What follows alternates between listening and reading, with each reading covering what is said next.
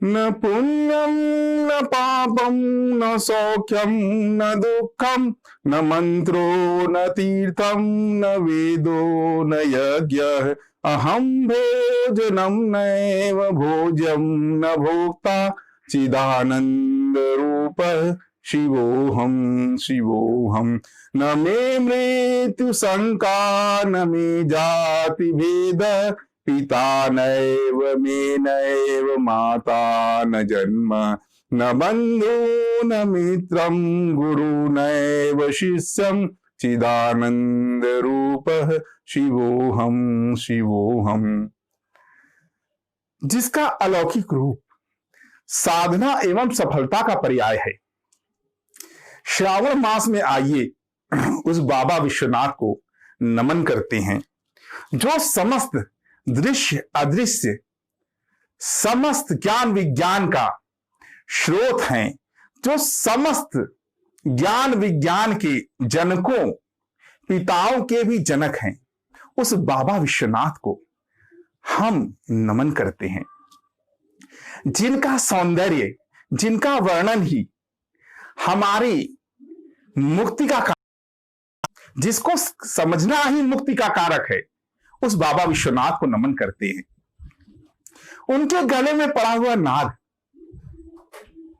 सुषुम्ना को भेद कर जागृत हुई कुंडलिनी का प्रतीक है, जिसको वो गले में धारण करते हैं। ये शब्द से शिवत्व को प्राप्त करने का मार्गदर्शन है। ये ज्ञान आपको शब्द से शिवत्व देता है, आपकी साधना की पूर्णता का प्रतिबिंब है। यह लक्ष्य है कि आप कुंडलिनी जागरण द्वारा कैसे कर सकते हैं। यही कुंडलिनी जब सहस्त्रार में सहस्त्र रूपों में प्रकट होती है तो सहस्त्र नाग धारी भगवान विष्णु का साक्षात्कार कराती है। यही रहस्य यही दर्शन हरिहर के एकत्व का रहस्य है और इसका ज्ञान इसकी साधना ही आवागमन से मुक्ति की साधना है। भगवान शिव के सिर पे बिखरी हुई जटाएं ये प्रतीक हैं अब तक प्रकट हुए सभी दृश्य ज्ञान विज्ञान की, और प्रतीक हैं अब तक जो प्रकट नहीं हुआ है ऐसे भी ज्ञान विज्ञान की प्रतीक है। उससे निकलती हुई गंगा की सूक्ष्म धारा वो ज्ञान गंगा है, जिसके द्वारा समस्त पापों का नाश हो जाता है। जल के द्वारा पापों का समस्त नाश हो जाए ऐसा संभव नहीं है, लेकिन ज्ञान के द्वारा जब हम अपने दोषों का दर्शन करते हैं तो समस्त पापों का नाश हो जाता है। ऐसी ज्ञान गंगा में आइए हम निरंतर स्नान करें। भगवान शिव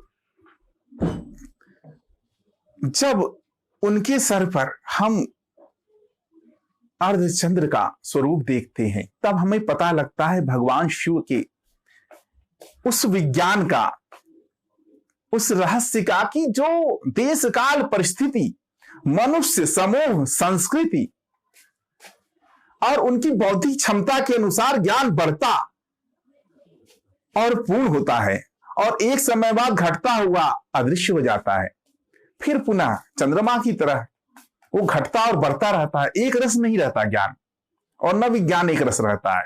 निरंतर संभावनाएं हैं उसमें बढ़ने की। ये आपकी क्षमता पे निर्भर है, आप शिव के कितने करीब हैं, आप ज्ञान के कितने समीप हैं, ये इसका प्रतीक है। भगवान शिव का त्रिशूल, भगवान शिव का त्रिशूल प्रतीक है त्रिगुणात्मक। इस त्रिगुणात्मक सृष्टि का सत रज तम तीनों तरह की प्रकृति से बचाने के लिए जो नाद है, जो श्वास प्रश्वास है, वो डमरू है। उसके द्वारा उस द्वैतवाद को समझने पे हमारी सत रज तम समस्त से हम पार हो जाते हैं। भगवान शिव का त्रिशूल उस त्रिगुणात्मक शक्ति का प्रतीक है। भगवान शिव के शरीर में लगी हुई भस्म हमारी समस्त रागों को, हमारे समस्त लोगों को भगवान ने नष्ट करके उसको भस्म के रूप में धारण कर रखा है। भगवान शिव उसको नष्ट करते हैं। भगवान शिव का तीसरा नेत्र, भगवान शिव का तीसरा नेत्र प्रतीक है उस प्रकाश, उस ब्रह्मांडीय ऊर्जा का जिससे ब्रह्मांड का सृजन होता है। और भगवान शिव का तांडव अनियंत्रित ऊर्जा द्वारा ब्रह्मांड के विनाश का प्रतीक है। भगवान शिव का वाहन, हम हमारी उस काम वासना को जब हम ज्ञान के द्वारा साधना बना लेते हैं तो वही हमारा साधन बन जाता है मुक्ति का। दिशाओं रूपी जिन दिशाओं में व्याप्त भगवान दिगंबर कहलाते हैं, वही भगवान अहंकार रूपी व्याघ्र का नाश करके वाघंबर बन जाते हैं।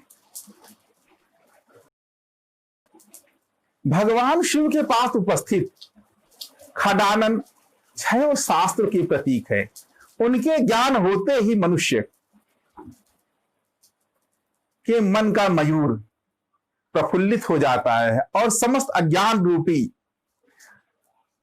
सर्प विषयों का नाश कर देता है। भगवान शिव के पास उपस्थित जगन माता, जब हम भगवान गणेश के प्रतीकात्मक स्वरूप के साथ सूक्ष्म और व्यापक तंत्र में उतरने के बाद सभी क्रियाओं, प्रक्रियाओं, ज्ञान विज्ञान को समझ लेते हैं तो त्रिपुर सुंदरी मां जगदम्बा प्रसन्न होकर हमें शिवत्व प्रदान करती है। भगवान शिव का वो अलौकिक रूप, वो अलौकिक सौंदर्य जो जीते जी समझ लेता है, वो आवागमन के चक्र से जी सदा सर्वदा के लिए मुक्त हो जाता है और अपनी इच्छा से अजर अमर होकर पृथ्वी और शिवलोक के विचरण की शक्ति प्राप्त कर लेता है।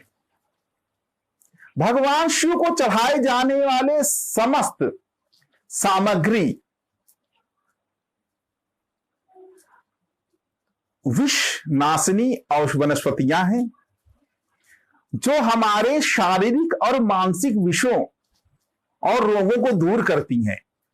उन पर चढ़ाई जाने वाली समस्त सामग्री उन वस्तुओं का प्रतीक है।